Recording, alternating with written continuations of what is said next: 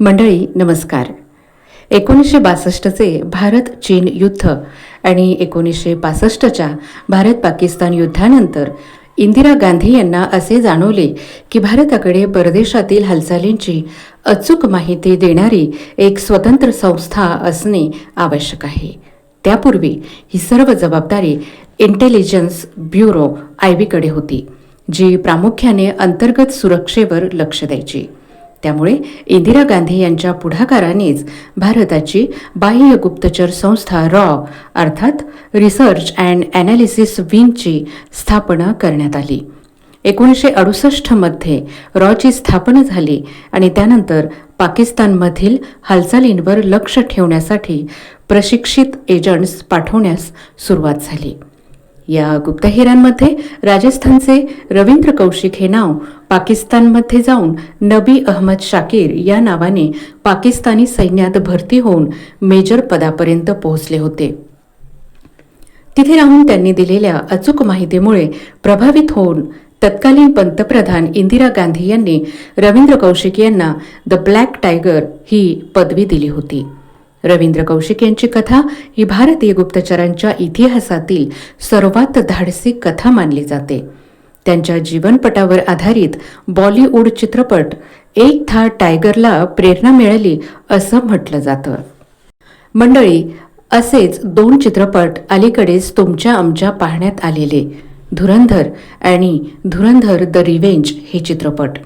त्यात दाखवण्यात आलेली जसकिरत सिंग रागी यांची पाकिस्तानातील हमजा या नावाची भूमिका आपल्याला देशभक्तीची भुरळ पाडून गेली खरी, पण धुरंधर द रिव्हेंज चित्रपटाच्या अगदी शेवटच्या क्षणी चॅप्टर 5 चालू असताना आपल्यासमोर आणखी एका भारतीय गुप्तहेराचा चेहरा उघड होतो.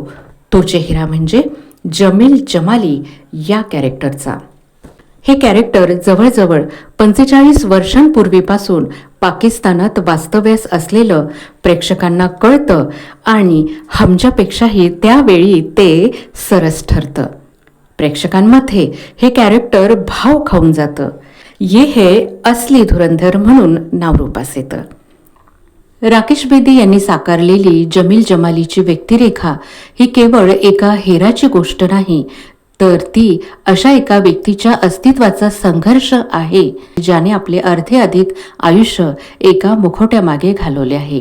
हे आपल्याला कळतं ते धुरंधर द रिव्हेंज चित्रपट पाहिल्यावर.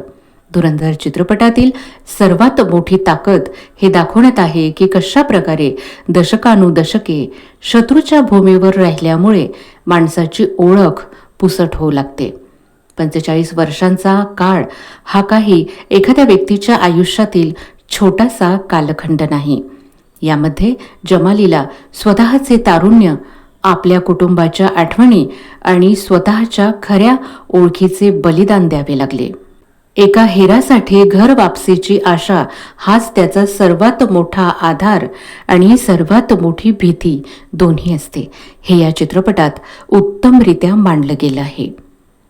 चॅप्टर 5 मध्ये दाखवण्यात आलेल्या जमील जमाली यांच्या भूमिकेतील जो संयम आणि डोळ्यातील जे एकाकीपण दाखवलं आहे ते प्रेक्षकांना आतून हादरवून सोडतं. गोंगाट करणाऱ्या संवादांशिवाय केवळ आपल्या देहबोलीतून जमालीने तो मानसिक दबाव अनुभवला आहे जो प्रत्येक स्पाय प्रत्येक क्षणाला अनुभवत असतो.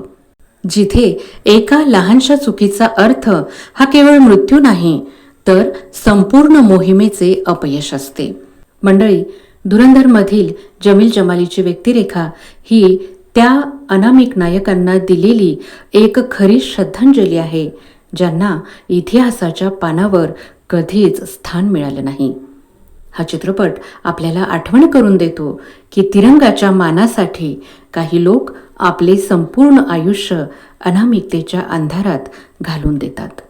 ज्यांच्या बलिदानाची पुसटशी खूणही इतिहासाच्या पानावर शोधूनही सापडणार नाही अशा त्या अनामिक नायकांना क्रांतिकारी वंदन.